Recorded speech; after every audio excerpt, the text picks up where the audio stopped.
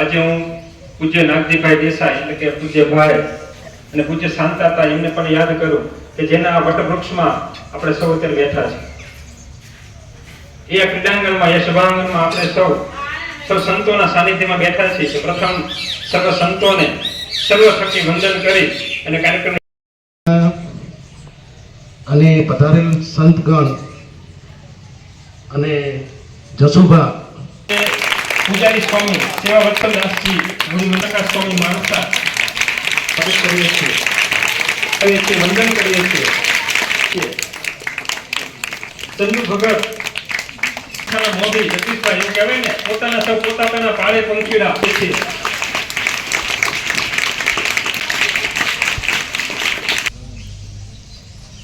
करारविन्देन पदारविन्दं मुखारविन्दे विनिवेशयन्तं वतस्य पत्रस्य पुटेशयानं बालं मुकुन्दं मनसा स्मरामि।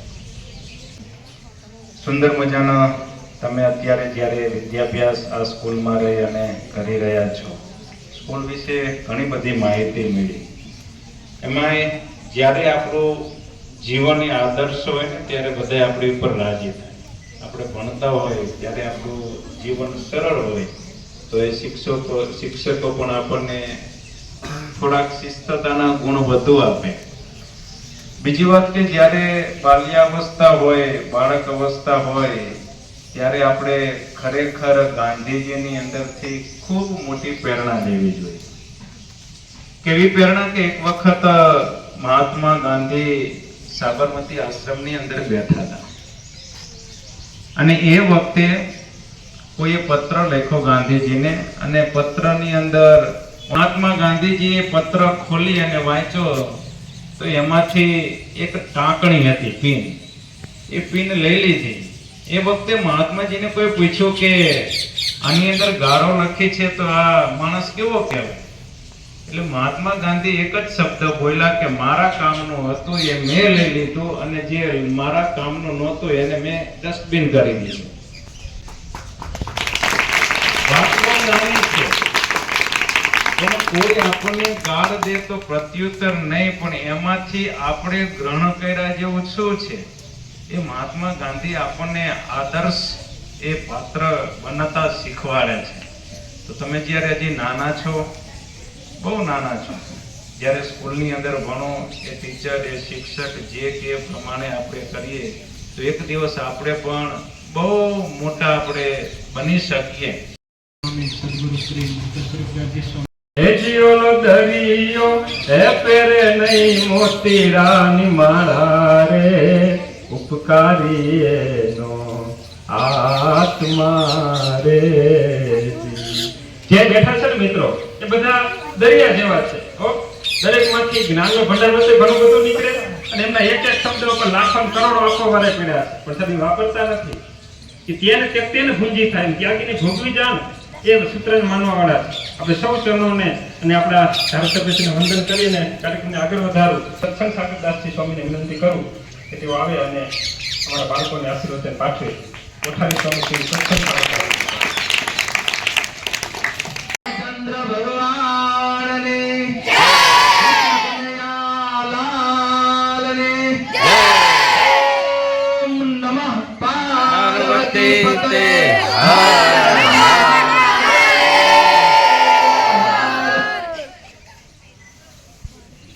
परम कृपालु इष्टदेव भगवान श्री स्वामीनारायण महाप्रभु जी दिव्य सभा में दर्शन आपता विद्या देनारा मां सरस्वती सभा ने अंदर उपस्थित बड़ी मंदिर महंत स्वामी सद्गुरु स्वामी मुक्त स्वरूपदासजी स्वामी एवं रीते अपना सौना लोकवाडीला धारासभ्य जगदीशभाई मकवाणा बड़ी मंदिर स्कीम कमिटी सभ्य पूज्य शास्त्री स्वामी रजरूपदासजी स्वामी परम भगवती हमारे जसुभाई मोड़ी मंदिर पूजारी सेवा वत्सलदासजी स्वामी सुरनगर मंदिर महंत स्वामी नित्यप्रकाश स्वामी पूज्य स्तुति स्वामी चंदू भगत અને આ બાલાપુરના તમામ સંચાલકો આશ્રમની અંદર જે જૂની પરંપરા ઋષિ પરંપરા હતી ને, ધ્રુવજી ભણવા માટે જાય, પ્રહલાદજી ભણવા માટે જાય તો આવા નાના નાના આશ્રમ હતા। એમ તમે બધા ભાગ્યશાળી કહેવાય કે તમને આવા આશ્રમની અંદર ભણવા માટે। પછી પ્રાર્થના સભામાં બેઠા હોય પછી ચાલુ થાય પ્રાર્થના ચાલુ થાય ને હારે માતા દેવી સરસ્વતી વંદે છે તારા બાળકો. આ બધું છે ને બાળ અવસ્થામાં જ હોય, તોફાન કરવાના ક્યારે હોય? નાના હોય ત્યારે. પણ પછી રોજ નહીં કરવાનો. હા, પછી ગુરુ માતા પગે ચલા લાગો છો, સાચું કહેજો. એ નિમિત્તે શિક્ષાપત્રી 200 વર્ષનો ઉત્સવ અને ફૂલસ્કેપ ચોપડાનું આયોજન. એટલે તમને બધાને ફૂલસ્કેપ ચોપડા લખવા માટે આપવાના છે. એમાં પછી પ્રાર્થનાનું લખવાનું. આમાં પ્રાર્થના કેટલાને આવડે છે? આંગળી ઊંચી કરો તો. હું તમને વાત કહું, 4થા ધોરણમાં ભણતો હતો ને, તે સાહેબે ગુજરાતી મૌખિક પરીક્ષા લે ને, પછી કવિતા પાકી કરવા આપે. પછી કે મને, હું નાનો હતો 4થા ધોરણમાં ભણતો હતો, એટલે કવિતા આવતી હતી સરસ મજાની.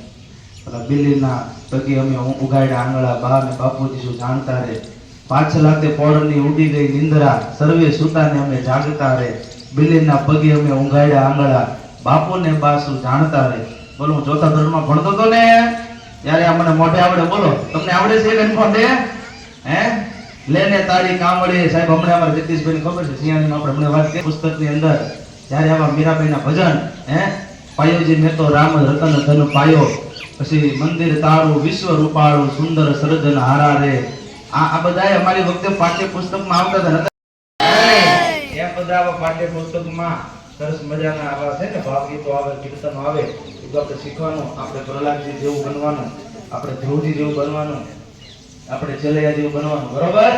એટલે આપણે ભણવા માટે આવ્યા છીએ અને રોજ આપણે ભગવાનને પ્રાર્થના કરવાની. શું કરવાનું? ભગવાનને પ્રાર્થના કરવાની. વાંચવા બેસી છે એટલે ભગવાનને પ્રાર્થના કરવાની, હે ભગવાન મારામાં દિવ્ય રૂપે પધારો. અને આ વાંચવા બેઠો છું, બુદ્ધિના દેનાર કોણ છે? ભગવાન છે. એટલે આપણે યાદ શક્તિ જોઈને આપણે સાહેબે કીધું કાલે ફકરો પાકો કરીને આવજો, તો પાકો કરીને જવું પડે ને. એટલે ભગવાનને પ્રાર્થના કરવાની કે ભગવાન આ ફકરો પાકો કરવો, તમે પોતે આવો અને આ મને ફકરો પાકો કરાવો. અને બસ આપણે ભણવા માટે આવ્યા છીએ એટલે ભણવાનું ખૂબ ધ્યાન રાખવાનું. ટોટલ આપણે 680 ની સંખ્યા શાળામાં ધરાવીએ છીએ. કાયમ A ગ્રેડમાં સ્થાન પામતી આ શાળા છે. અને દરેક સ્પર્ધાઓમાં વાર્તા લેખન સ્પર્ધામાં સાહેબ ગત વર્ષ અમારી શાળામાંથી રાજ્ય કક્ષામાં પ્રથમ નંબર પ્રાપ્ત કર્યો વાર્તા લેખન સ્પર્ધામાં. એવી રીતે સાંસ્કૃતિક કાર્યક્રમો હોય, લોક કળાઓ હોય, દરેકમાં ખૂબ આગળ પડતી અમારી આ શાળા છે. અને ખૂબ 20 નો સ્ટાફ છે સાહેબશ્રી, અને ખૂબ બધા ટીમ વર્કથી ખૂબ સારું કામ થઈ રહ્યું છે. અને આવું તમે જુઓ, તપોભૂમિ જેવું લાગે આ વાતાવરણ. આ અમારી બધાની અને દાદુભાઈ અમારા આચાર્યશ્રી નો હરહંમેશ સરસ મજાનો સાથ મળ્યો છે. વંદે.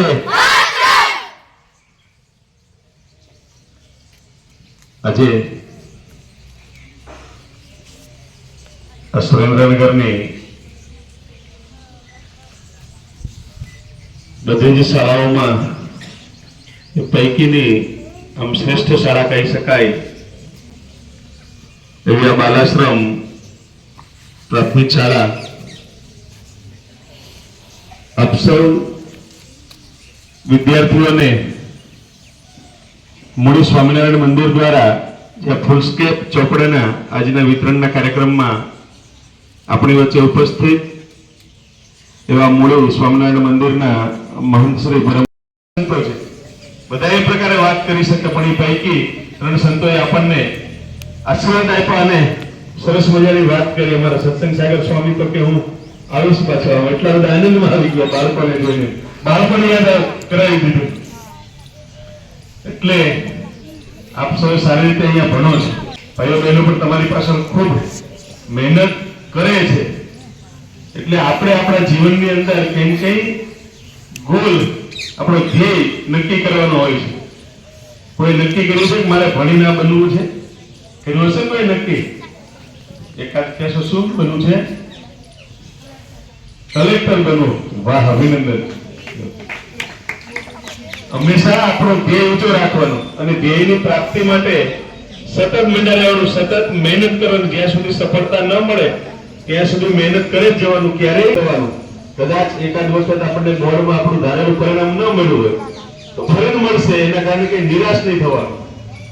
છતાંય આપણને ભણાવતા હોય છે, આપણી પાસે ખર્ચ કરતા હોય છે. તો સરકારી શાળા છે, સરકાર પણ આપણને ખૂબ સરકારી શાળામાં મદદરૂપ થાય છે. આપણે કોમ્પ્યુટર લેબ હોય છે, લાઇબ્રેરી હોય છે, બધી જ બાબતથી અત્યારે તો સ્માર્ટ ક્લાસ છે ને આપણે સ્માર્ટ ક્લાસ હોય છે. બોલો, ડિજિટલી આપણને ભણાવવામાં આવતું હોય છે. એટલા માટે આપ સૌ જ્યારે આપનું સમક્ષ સંતો ઉપસ્થિત છે એમને નરોડા આશ્રમ મેળા જે દર્શન કરવાનો લાભ મળ્યો છે, હું પણ મારા આ મત વિસ્તારની અંદર સ્વામી આ બાલાશ્રમને શાળાને પસંદ કરી અને બાળકોને ચોપડા વિતરણ કરવાનો કાર્યક્રમ કર્યો, એટલે એમને પણ હું એમના ચરણોમાં વંદન કરું છું અને એમનો આભાર વ્યક્ત કરું છું. આપ સૌનો આભાર.